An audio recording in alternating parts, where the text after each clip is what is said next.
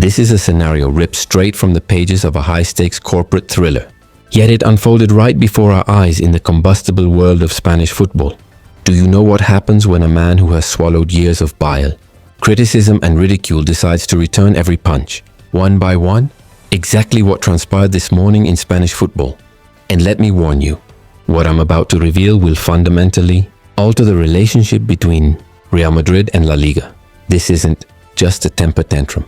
It's not a momentary fit of anger, nor is it merely a strongly worded press release. No, this is a power move, a calculated, cold, and meticulously planned revenge unlike anything we have ever seen. And the craziest part? No one saw it coming. Absolutely no one. The Bernabéu revolution, La Liga's blindsided attack on Real Madrid. In a country where prohibition often feels like a national sport, you can execute a revolutionary act right now. Smash that like button, share this video, and subscribe to Real Madrid News today. Let's show them where the real power lies. This morning, as Real Madrid prepared for a quiet, almost routine training session, La Liga president Javier Tebas struck the match. An official memo was circulated, direct, unembellished, and devoid of extra explanation. It contained the exact phrase no club president ever expected to read. Effective today, La Liga stadiums may not host international events or any sporting or non-sporting activities that do not pertain to national competitions. Any exception will require the express consent of La Liga. That's it. Signed, sealed, delivered. Like a trivial parking ticket. Except this isn't a ticket. This is pure dynamite. Here is where the intrigue intensifies. Tebas knew precisely who the bullet was aimed at. This measure affects neither Osasuna, nor Getafe, nor Cádiz, nor Girona. Who cares about banning non-sporting events at clubs that rarely host anything outside their league fixtures? This decision is aimed at one club and one club only, Real Madrid, and more specifically its gleaming crown jewel, the Santiago Bernabéu. This is the stadium that has comprehensively embarrassed Tebas, his project, his public statements, and all his excuses. It's the same stadium that just weeks ago became a global showcase thanks to an NFL game, an event that captivated Spain, charmed the United States, and caused millions of people to watch more American football in one weekend than they had in the previous 2 years. My friend, that hurt. It stung, it burned, and it deeply frustrated Tebas, while Real Madrid was receiving accolades from Miami to New York, Boston, Kansas, and the NFL itself. Javier Tebas was forced to read how American executives raved about the stadium, praised the retractable pitch technology, and called it the most spectacular venue they had ever visited. And what was Tebas doing while the world watched? Nothing.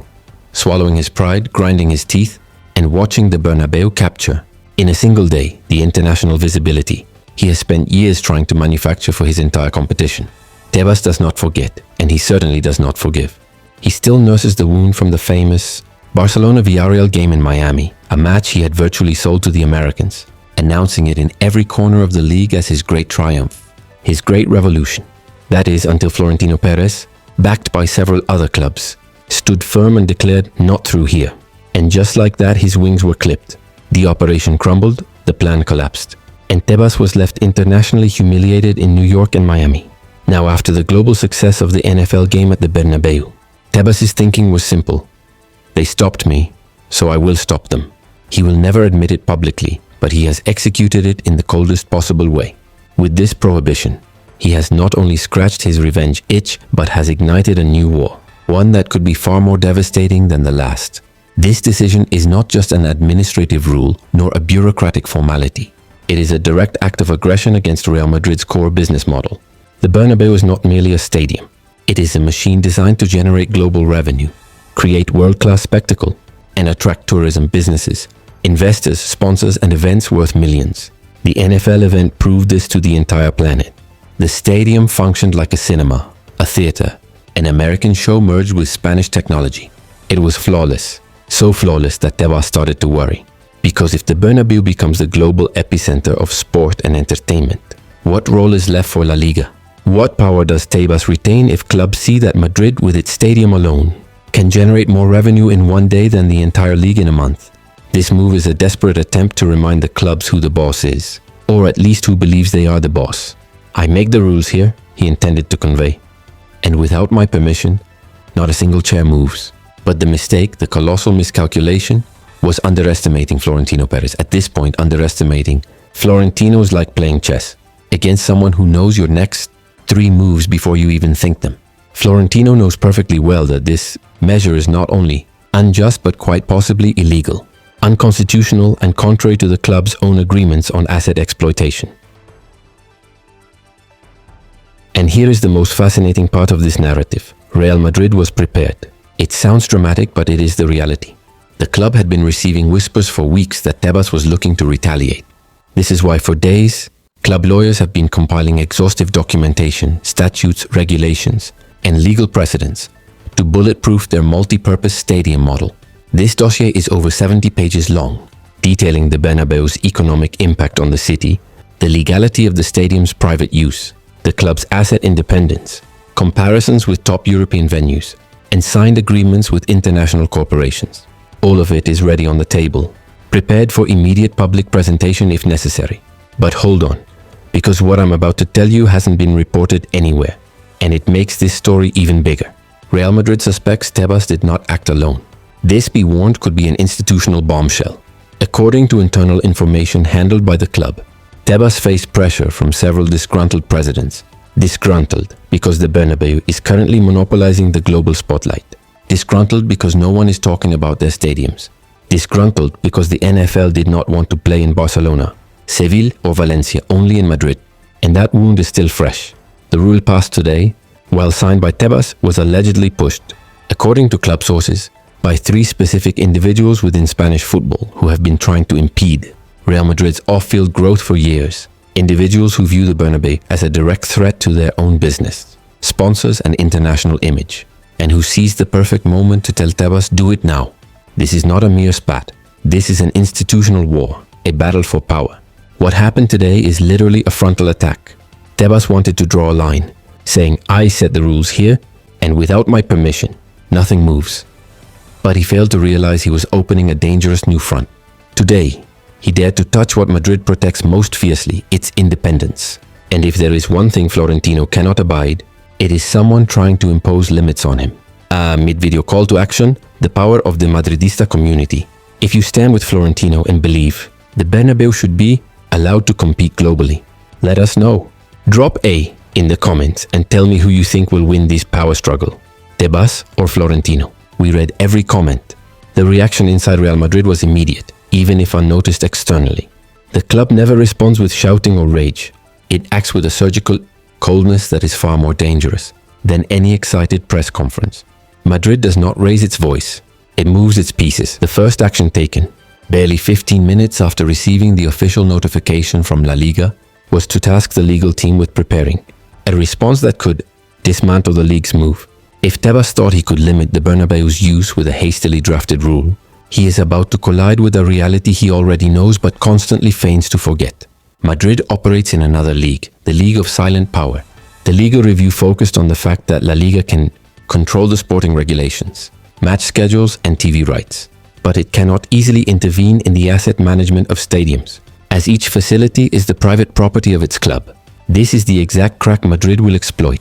The second front opened up immediately on the economic side. Tebas severely miscalculated this. Prohibiting international events does not just stop Madrid. It can cause a massive revenue loss for the league itself, the very entity he aims to protect. The Bernabéu's revolution with its retractable roof and pitch is a business plan that guarantees millions in annual revenue, even without a single league match.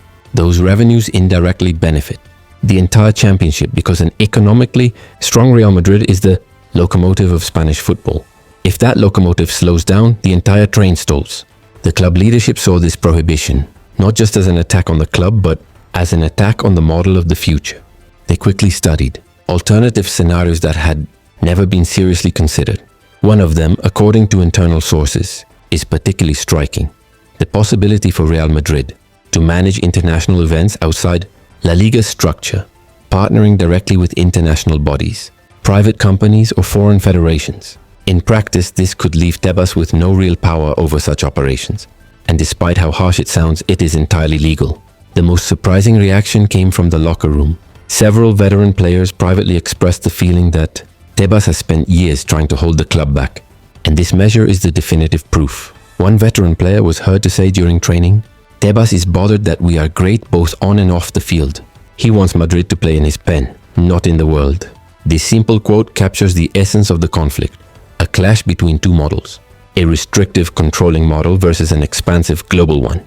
The situation escalated further when it was revealed that Tebas' rule was not put to a vote by the clubs. It was simply announced. This move has created friction within the league. While some small clubs are privately pleased to see the giants slowed down, the medium-sized clubs who want to grow believe this is a colossal mistake that limits their own future, revenue-generating capacity. Tebas acted out of fear. He had reportedly received an internal report weeks ago warning that the Bernabéu could become the most profitable stadium in the world in less than 5 years, generating more annual income than some entire clubs in the league. But Tebas failed to calculate the international backlash. The NFL was delighted. International corporations want to host concerts, tech fairs, and conventions at the Bernabéu. Now with this rule, Tebas has set off alarms outside Spain, with Americans reportedly stunned to see the use of Europe's most advanced stadium restricted. Florentino, meanwhile, remains tranquil. His staff confirms he received the news calmly, not with surprise, but with the firmness of someone who knows he will win this conflict through attrition. The Madrid response will not be loud. It will be strategic, legal, economic, and international. It will be the one thing Tebas can never control: the club's growth outside his reach. The club's first countermeasure was the decisive legal report, designed to crush Tebas' prohibition by citing more than 20 European, statutory, and commercial regulations proving that a private body like La Liga cannot decide on the asset exploitation of a stadium it does not own. This report is not meant to sit quietly. It is meant to be the basis for a rapid legal challenge that will expose the league's overreach. Beyond the legal front, Madrid is focused on its international acceleration. The idea is simple but devastating for Tebas. If the league tries to limit the Bernabéu's growth, Real Madrid will grow it out of the league's jurisdiction. 3 international bodies, one tied to sport, one to entertainment, and one to technology, have reportedly shown interest in signing collaboration agreements with the club for events. This means the Bernabéu could become a global activity hub without requiring La Liga's filter, as these are external, independent, and legally shielded agreements. Inside the club's hierarchy, the most delicate discussions centered on whether to respond publicly or maintain institutional silence. Florentino prefers the latter, moving without noise, without fanfare. His power is demonstrated through actions, not shouting. That power was felt when it was leaked that the club is for the first time studying a proposal to modify the governing structure of La Liga, not to leave the competition, but to balance the power and prevent impulsive, vengeful, unilateral decisions like this one.